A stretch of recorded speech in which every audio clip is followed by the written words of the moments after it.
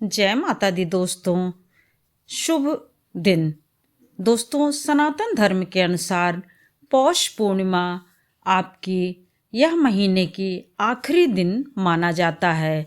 यह दिन आखिरी होने से इसी दिन से माघ मेले यानी कि प्रयागराज में माघ मास का आरंभ हो जाएगा, जिसमें कि कल्पवासी कल्पवास करते हैं और इसी महीने में यम नियम से एक महीने तक यानी पौष माह की पूर्णिमा से लेकर के माघ मास की पूर्णिमा तक यह एक मास का पूरा यम नियम से चलता है। पौष माह की पूर्णिमा 7 या 6 जनवरी यानी 6 जनवरी को है या फिर 7 जनवरी को है। तो दोस्तों, पौष माह की पूर्णिमा 6 जनवरी को है। 6 जनवरी से लेकर के 7 जनवरी की सुबह तक पौष पूर्णिमा का शुभ मुहूर्त है। पौष पूर्णिमा जहां प्रातः काल आपका 6 जनवरी को 2:14 पर लग जाएगी और समापन 7 जनवरी को है। इसलिए हमें 6 जनवरी को पौष पूर्णिमा का विधिवत पूजन अर्चन करना है। विधिवत पूजन अर्चन करने में विष्णु भगवान, लक्ष्मी माता की पूजा जहाँ की जाती है, सूर्य भगवान को अर्घ्य दिया जाता है। चूँकि प्रातःकाल सूर्य भगवान को अर्घ्य देना बहुत ही पुण्यदायी, कई गुना हमारे पुण्य को बढ़ा देता है। पौष माह सूर्य भगवान को अर्पित मास होता है, यानी सूर्य भगवान के लिए यह मास बहुत ही पूजन अर्चन के लिए बहुत ही पुण्यदायी माना गया है और कई गुना फल प्रदान करने वाला माना गया है। सूर्य भगवान का इस समय तेज कम रहता है, इस वजह से हमें बहुत ही अधिक पूजन अर्चन करना चाहिए। इस समय सर्वार्थ सिद्धि योग है, अमृत सिद्धि योग है, जिसमें कि हमें अपनी सभी मनोकामनाओं की पूर्ति के लिए बहुत ही आसानी से सभी उपाय कार्य करते हैं। जहाँ पर हम पूर्णिमा को रात में चंद्रमा की पूजा करते हैं और चंद्रमा की पूजा करने में हम चावल का दान करते हैं या फिर खीर बना करके भोग लगाते हैं। विष्णु भगवान, लक्ष्मी माता की भी पूजा करते हैं और उनको भोग लगाते हैं, तो हमें सभी मनोकामनाओं की पूर्ति इससे मिल जाती है।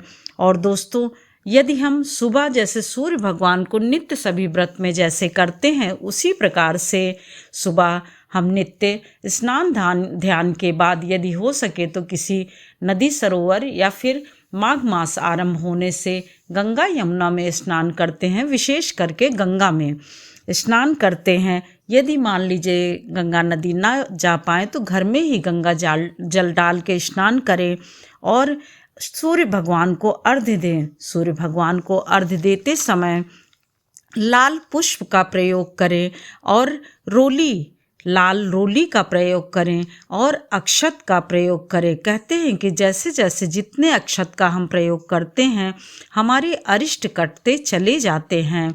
और यह मास अब माघ मास का विशेष माह है, यानी जो कि स्नान ध्यान और पूजन अर्चन सभी के लिए यह मास बहुत ही विशेष माना जाता है। आप सभी के जीवन में सदैव माता जी की यानी गंगा माता की और दुर्गा माता की कृपा बनी रहे और आप सदैव सुखी रहें, उन्नति करें। इस माह में चंद्र और सूर्य दोनों का पूजन करना होता है। जहाँ हमें पौष माह होने की वजह से सुबह सुबह सूर्य भगवान की पूजा करनी होती है, वहीं पर पौष पूर्णिमा होने की वजह से रात्रि में चंद्रमा का पूजन करना होता है। तो यह बहुत ही अद्भुत संयोग होता है कि सुबह हम सूर्य भगवान की पूजा करते हैं और रात्रि में चंद्रमा की पूजा करते हैं, जो हमें शीतलता प्रदान करते हैं। और उन्हें यदि कोई भी चीज़ें ऐसी अर्पित करते हैं जो सफ़ेद हो, तो वह बहुत ही प्रसन्न हो जाते हैं। और रात्रि में खीर बना के यदि उनका भोग लगाते हैं तो वह भी हमारे सभी कष्टों को दूर करते हैं। माघ स्नान पौष माह की पूर्णिमा से लेकर के माघ मास की पूर्णिमा तक रहता है।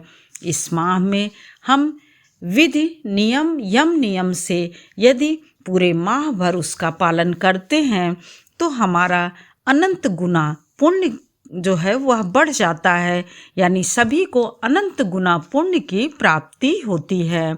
उससे हमारे सभी फलों की प्राप्ति होती है। चूँकि सूर्य भगवान आरोग्यता के देव हैं, आरोग्यता के देवता हैं। आरोग्यता मतलब कि हमें निरोगी रहने का वरदान जिससे मिला हुआ है। सूर्य भगवान की पूजा करने से हमारी आरोग्यता बनी रहती है और हम स्वस्थ रहते हैं, जो सभी रोगों से हमें मुक्ति दिलाते हैं। सूर्य भगवान की पूजा यदि हम करते हैं तो हमें सभी प्रकार से शारीरिक और मानसिक सभी कष्टों से मुक्ति मिलती है। सूर्य भगवान की पूजा के साथ साथ हम चंद्रमा की भी पूजा करते हैं। और इस प्रकार से दोस्तों हमारी पौष माह की पूर्णिमा के साथ साथ हमारा माघ मास का नियम भी आरंभ हो जाता है। माघ मास का हम आपको दूसरा वीडियो माघ मास के महत्व के विषय में चर्चा करेंगे। इस समय बस इतना ही, फिर मिलते हैं दोस्तों एक और नए वीडियो के साथ। तब तक के लिए लाइक करिए, सब्सक्राइब करिए और बेल बटन ज़रूर प्रेस करिए, जिससे कि नोटिफिकेशन सबसे पहले आपके पास पहुँचे। जय माता दी दोस्तों।